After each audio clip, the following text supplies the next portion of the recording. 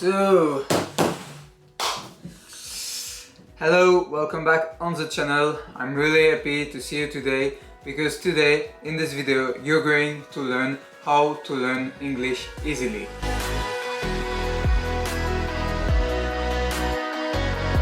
Salut à tous, c'est Corentin, j'espère que vous allez bien et que vous avez la forme. Comme vous l'avez compris avec cette petite intro en anglais et aussi avec le titre de la vidéo, aujourd'hui nous allons voir comment apprendre l'anglais facilement, comment devenir bilingue anglais facilement. Mais juste avant ça, n'oublie pas déjà de t'abonner et d'activer la petite cloche si ce n'est pas encore fait pour ne rater aucune vidéo de la chaîne. J'essaie d'en sortir 2 par semaine. Et je peux t'assurer qu'il y a plein de contenus qui vont t'intéresser si tu as cliqué sur cette vidéo et si tu es intéressé par cette vidéo. Alors d'abord, qui est-ce que je suis pour te faire une vidéo sur comment devenir bilingue en anglais facilement? Alors je t'explique un petit peu mon parcours en anglais. Donc ici, je viens d'être diplômé de l'enseignement secondaire en Belgique et j'ai commencé à apprendre l'anglais par moi-même il y a de ça plus ou moins 2 ans. Avant, je suivais le parcours scolaire, ce qu'on nous apprenait à l'école, etc. Et mon niveau en anglais était vraiment pas terrible avec juste ce qu'on m'apprenait à l'école. Et depuis que j'ai commencé à m'y mettre par moi-même, donc c'est-à-dire à lire des livres en anglais, à regarder quasi toutes mes vidéos YouTube en anglais, à regarder des séries sur Netflix en anglais et essayer de parler anglais avec des gens et d'écrire en anglais, eh ben ça va beaucoup mieux. En d'autres termes, je me suis immergé dans la langue et c'est exactement ce que je vais t'apprendre à faire dans cette vidéo. Alors je ne dis pas du tout que je suis bilingue en anglais, j'ai encore énormément de progrès à faire dans cette langue pour arriver au niveau de quelqu'un qui est vraiment bilingue et qui maîtrise super bien la langue, mais je peux quand même comprendre quand même assez bien la plupart des contenus en anglais, que ce soit des vidéos, que ce soit des livres, etc.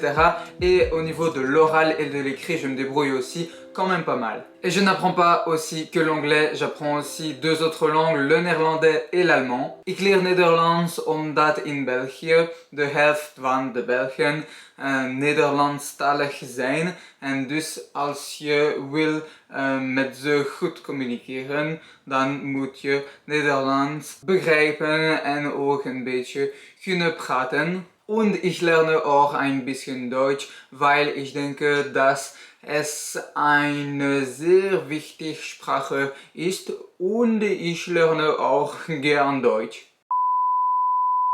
Bon, j'avoue, je me la suis un petit peu pété, donc maintenant on va rentrer dans le sujet de la vidéo et on va tout d'abord commencer avec pourquoi apprendre l'anglais. Je suppose que si tu as cliqué sur cette vidéo, c'est que tu es déjà bien motivé à devenir un king ou une queen de l'anglais. Mais laisse-moi quand même t'expliquer quelles sont les raisons qui pourraient encore plus te motiver à apprendre l'anglais et pourquoi l'anglais est si important de nos jours. Donc l'anglais c'est quand même la langue la plus parlée dans le monde qui est suivie de près quand même par le mandarin, donc par les chinois et l'hindi que par les indiens. Mais pour te donner quelques chiffres, il y a plus de 600 millions de personnes sur Terre qui ont l'anglais comme langue maternelle. Il y a plus d'autres 600 millions de personnes qui ont l'anglais comme une seconde langue. Donc comme par exemple, je sais qu'en Chine, l'anglais c'est vraiment un truc qu'ils pratiquent tous car voilà, c'est leur seconde langue. C'est une langue qu'ils savent quasi aussi bien parler que la leur. Et puis en tout, dans le monde, il y a plus de 2 milliards de personnes qui savent parler quand même assez bien anglais. Et puis l'anglais, c'est quand même les US, les US quand même le pays le plus important actuellement. Tout le Royaume-Uni, donc l'Angleterre, l'Écosse, l'Irlande du Nord, le Pays de Galles, c'est l'Irlande, c'est également une partie du Canada, la Nouvelle-Zélande, l'Australie, etc. Enfin bref, l'anglais c'est quand même la langue mondiale à l'heure actuelle. Donc l'anglais c'est la langue internationale que les gens de différentes nations qui parlent différentes langues utilisent pour pouvoir se comprendre entre eux et surtout c'est la langue du numérique. Juste pour te donner 2 petits exemples, dans les liens internet tu retrouves toujours d'abord le www, le 3 fois W là qui veut dire World Wide Web, donc c'est de l'anglais, et le petit HTTPS ça veut dire Hypertext Transfer Protocol Secure, donc ça aussi ce sont des abréviations qui viennent de mots anglais et en général tu remarqueras que dans l'univers du numérique quasi tout est en anglais. D'ailleurs on vit dans un monde où on retrouve de plus en plus l'anglais partout, que pour les gens qui ne savent pas parler anglais on parle de nouvel analphabétisme car tout simplement ces gens sont coupés d'une tonne d'informations et d'une tonne de contenu.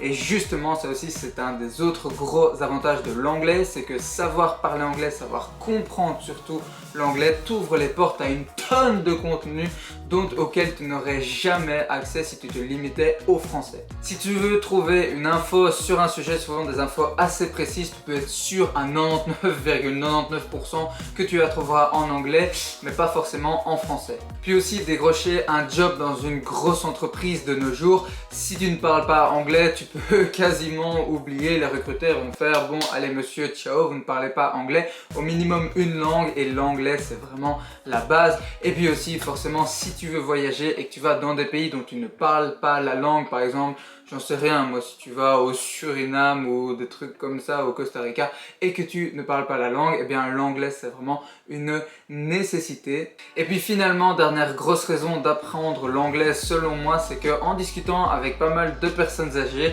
je me suis souvent rendu compte que celles-ci regrettaient de ne pas avoir appris des langues étrangères et au minimum l'anglais, parce qu'elles savent que dans leur vie ça leur a fermé quand même certaines portes.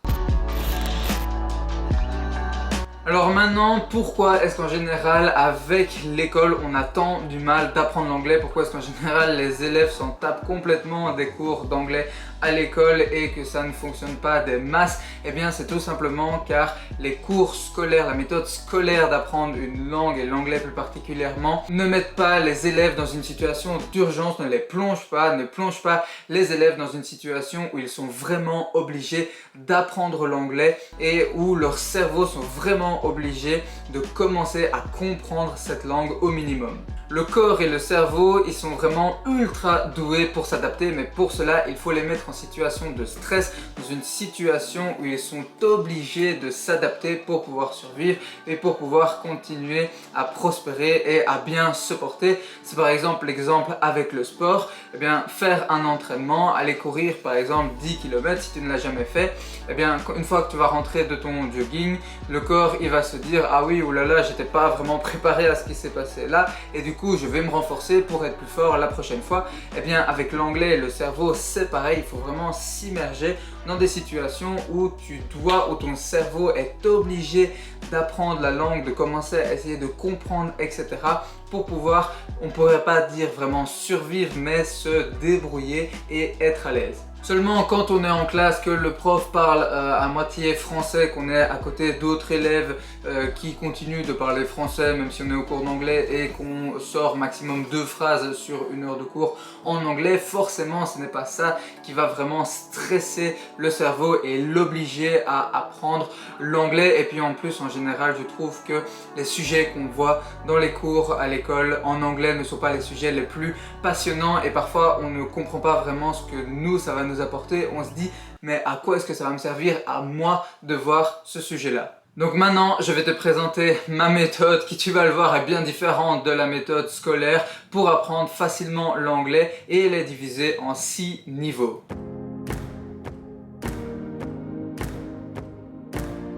Le premier niveau, ça va être tout simplement de mettre ton téléphone en anglais. Alors pourquoi? Car comme je te l'ai dit, si tu veux apprendre efficacement l'anglais, il faut que tu t'immerges dans un monde où tu vois l'anglais le plus souvent possible. Comme ça, ton cerveau va être obligé de s'habituer à cette langue. Et à ce que je sache, en général, ton téléphone, c'est quand même une des choses que tu regardes le plus sur la journée. Donc juste le fait de mettre ton téléphone en anglais, tu vas commencer à repérer certains petits mots comme ça et à te dire ah oui, ok, ce mot-là en anglais ça veut dire ça en français. Par exemple, tu vas voir que ta boîte mail c'est inbox, etc. Alors pour ma part, il n'est pas en anglais mais il est en néerlandais, donc voilà, car j'apprends le néerlandais et en anglais je l'ai déjà fait, donc c'est bon pour le téléphone. Et donc voilà, c'est vraiment une première étape assez facile, assez simple et qui n'est pas trop brutale pour commencer à t'immerger dans un monde anglophone. Le niveau 2, c'est de regarder des séries et des vidéos YouTube en anglais. Alors de nouveau, le fait de commencer à écouter du contenu en anglais, ça va permettre de t'immerger de plus en plus dans un monde anglophone, et plus tu vas écouter de contenu en anglais, plus ton cerveau va s'habituer à la langue, et petit à petit, il va commencer à remarquer, à comprendre certains schémas qui reviennent régulièrement, des mots qui reviennent régulièrement. Et puis aussi, ce qui est bien, c'est qu'avec les séries et les vidéos, tu as l'image en plus, et du coup, même s'il y a des mots, à un moment donné, le contexte, juste si tu avais la langue, tu ne le comprendrais pas bien, mais là, comme il y a l'image, ça te permet de faire des connexions. Pour ça, le cerveau est assez intelligent. Alors je te conseille de commencer, en tout cas pour les séries, à regarder en anglais sous-titré français, donc version originale sous-titré français. Comme ça, si à un moment donné des paroles que tu ne connais pas, eh ben, tu peux quand même te rabattre sur les sous-titres, et puis comme ça tu vas commencer à comprendre certains mots, à découvrir certains mots en anglais que tu ne connaissais pas, et tu vas comprendre leur traduction en français, tu sauras ce qu'ils veulent dire en français. Et puis aussi, ce qui est très cool avec les séries et les vidéos YouTube, c'est que tu vas pouvoir vraiment t'impliquer, tu vas vraiment te sentir impliqué, car c'est tout simplement quelque chose que t'aimes. Ce n'est pas un contenu qu'on t'a mis devant toi, une feuille de cours avec un sujet dont tu t'en fous et qu'on t'a imposé à apprendre. Là, c'est vraiment quelque chose de 1 que tu as fait par toi-même, et de 2 qui t'intéresse. En général, tu prends pas une série ou une vidéo YouTube que tu n'aimes pas, et du coup tu vas te sentir impliqué, ça va te pousser à avoir envie de comprendre la série ou la vidéo, et ça bien sûr c'est excellent pour mettre le cerveau dans une situation où il est obligé de s'adapter pour comprendre la langue. Et puis ensuite, petit à petit, pour les séries et les vidéos, tu peux passer à du sous-titré anglais, et même si tu veux passer vraiment au niveau supérieur et que tu vas apprendre 2 langues en même temps, tu peux par exemple regarder ta série en anglais, sous-titré en espagnol, italien, allemand, enfin bref, la deuxième langue que tu veux apprendre, et comme ça tu apprends les 2 langues en même temps. Enfin bref, chacun son délire.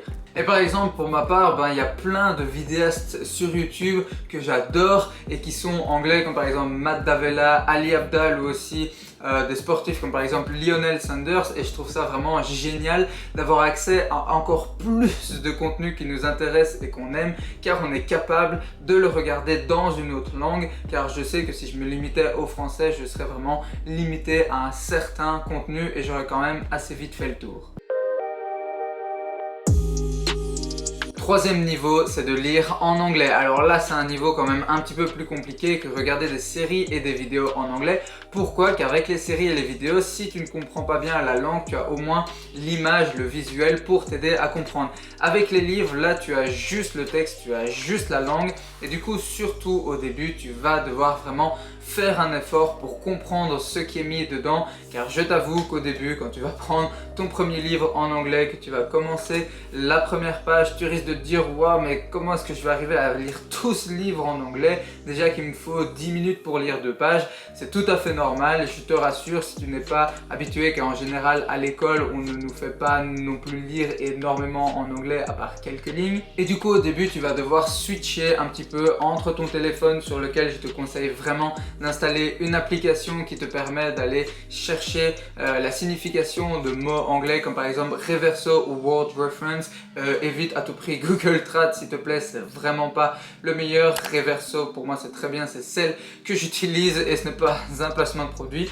Donc au début ça risque d'être un peu compliqué, car tu vas devoir switcher entre le livre d'un côté et ton téléphone pour toujours aller voir la traduction des mots que tu ne comprends pas. Mais petit à petit tu vas commencer de nouveau, comme avec les vidéos et les séries, à repérer des schémas, des structures de phrases qui reviennent petit à petit, qui reviennent souvent, des mots qui reviennent souvent, et du coup tu vas intégrer ces structures, ces mots, tu vas les comprendre, et ton cerveau va juste s'adapter et va commencer à de mieux en mieux, petit à petit, comprendre ce qui est écrit dans le livre. Et en général aussi, l'auteur d'un livre sur un sujet précis utilise en général des mots qui reviennent souvent, donc plus tu vas avancer dans le livre, plus ça va être facile.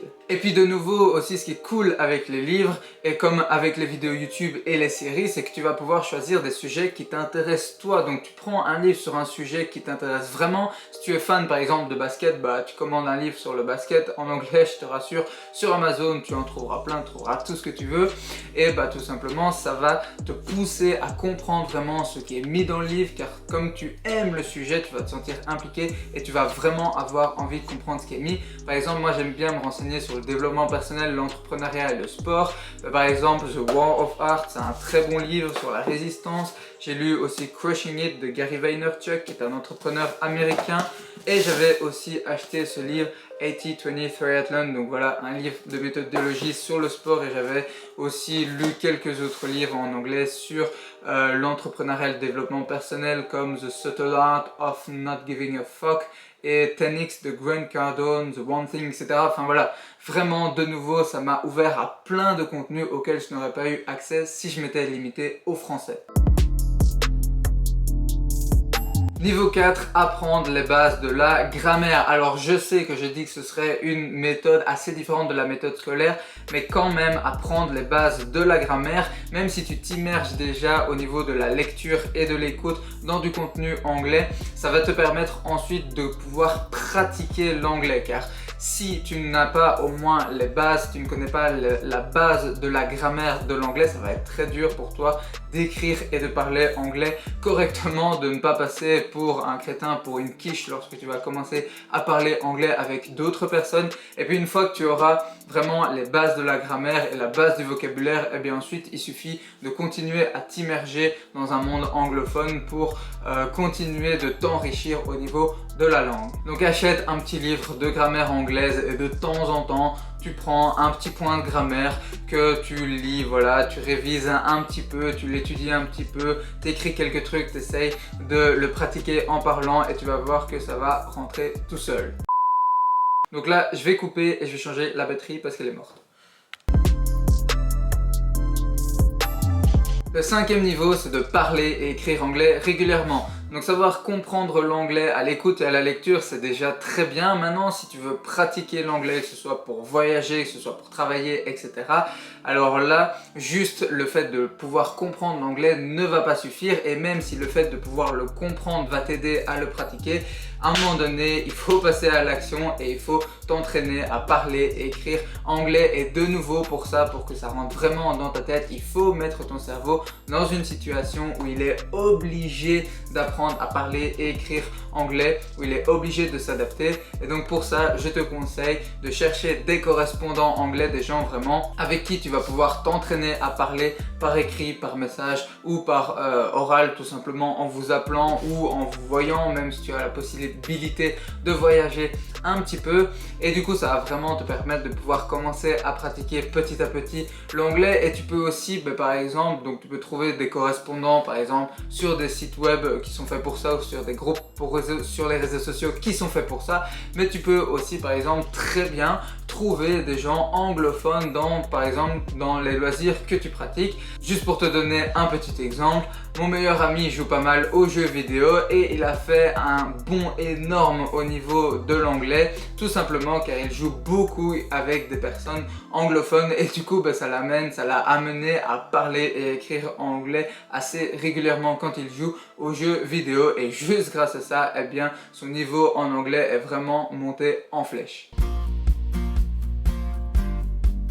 Et le 6e niveau, alors là c'est vraiment le Saint Graal, c'est tout simplement d'aller seul dans un pays anglophone. Alors là je te fais pas de dessin, ton cerveau va vraiment être obligé de s'adapter à l'anglais et tout simplement d'apprendre l'anglais car tu vas être immergé H24 dans un monde anglophone. Tu seras obligé de te débrouiller en anglais pour tout simplement pour pouvoir pas survivre, parce que voilà, même si tu ne te débrouillais pas en anglais, tu pourrais quand même survivre en 2021, tu trouverais des moyens, mais voilà, pour pouvoir vivre au quotidien, tu vas être obligé de devoir te débrouiller en anglais. Et c'est pour ça aussi que je te dis d'y aller seul, parce que si tu y vas avec des amis, vous allez être trop souvent tenté de juste parler français, de continuer à parler entre vous français, tandis que là si tu y vas seul, tu vas vraiment être obligé de parler anglais et de t'habituer à l'anglais. Et le meilleur pour ça, c'est bien évidemment les Erasmus et aller étudier par exemple dans une école dans un pays anglophone, aux US,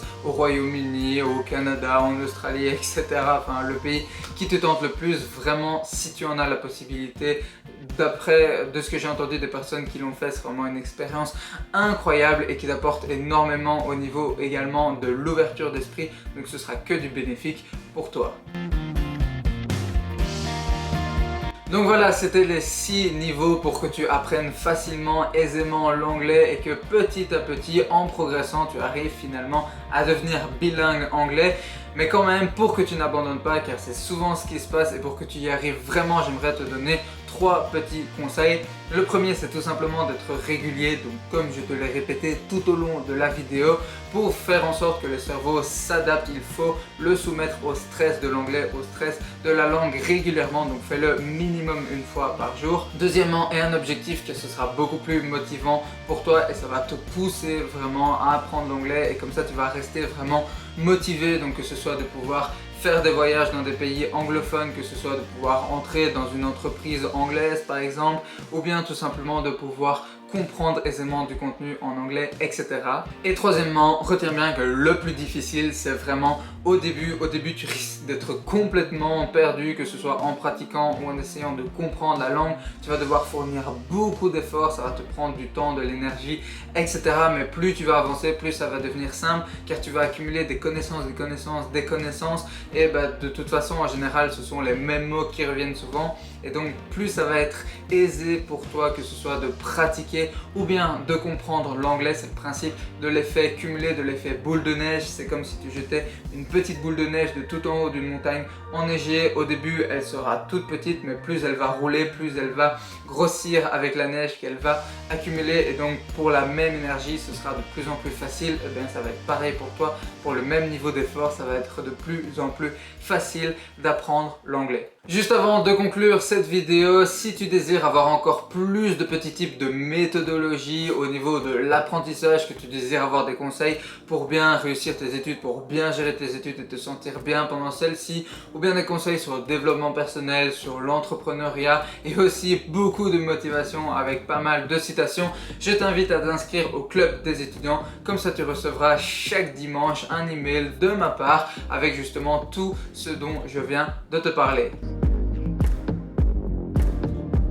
Donc en conclusion, apprendre l'anglais de nos jours, selon moi, c'est vraiment une nécessité car nous sommes vraiment dans un monde où nous sommes entourés de contenu anglophone et le fait de pouvoir comprendre l'anglais, ça va t'ouvrir la porte à une tonne de contenu auquel tu n'aurais jamais accès si tu te limitais au français. Et au lieu de suivre la méthode scolaire qui n'est en général pas très efficace car elle ne nous plonge pas dans une situation de nécessité absolue où on est obligé vraiment d'apprendre de la langue, immerge-toi toi-même dans du contenu anglophone pour pouvoir commencer à comprendre l'anglais et ensuite force-toi à pratiquer la langue tout simplement pour pouvoir petit à petit pouvoir de mieux en mieux la pratiquer et devenir au final bilingue. Et tu verras que petit à petit tout un nouveau monde vraiment va s'ouvrir à toi et tu verras aussi que tu seras fier de pouvoir te débrouiller en anglais, que ce soit à l'écrit, à l'oral, à la lecture, à l'écoute, tout simplement car ça va t'ouvrir énormément de possibilités et ça va aussi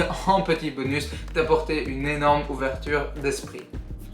Merci beaucoup à toi d'avoir regardé cette vidéo jusqu'ici. Si tu as regardé jusqu'au bout, c'est que toi, tu es vraiment déterminé à devenir un king ou une queen de l'anglais. Donc bon courage à toi, vraiment ne lâche rien. Comme je te l'ai déjà dit, le plus dur, c'est au début. N'hésite pas à me dire en commentaire si tu as d'autres sujets de vidéos que tu aimerais que je traite sur la chaîne. Je lis tous les commentaires et ça m'aide énormément à faire progresser cette chaîne et à savoir ce que vous aimez voir comme contenu. Et si la vidéo t'a plu et qu'elle t'aura été utile, alors n'oublie pas comme d'habitude le petit pouce en l'air ainsi que de t'abonner à la chaîne et d'activer la petite cloche pour ne manquer aucune vidéo. On se retrouve dans la vidéo de la semaine prochaine. D'ici là, comme d'habitude, porte-toi bien, bon courage dans ta vie perso, dans tes projets et dans ton étude et surtout prends beaucoup de plaisir à faire ce que tu veux. C'était Corentin, allez, ciao! Growing up ain't easy. Too many things to do weekly. Too many thoughts to think deeply. Too many thoughts to be sleeping. Yeah. Oh my God, I'm not eating. I feel so empty, I'm receding.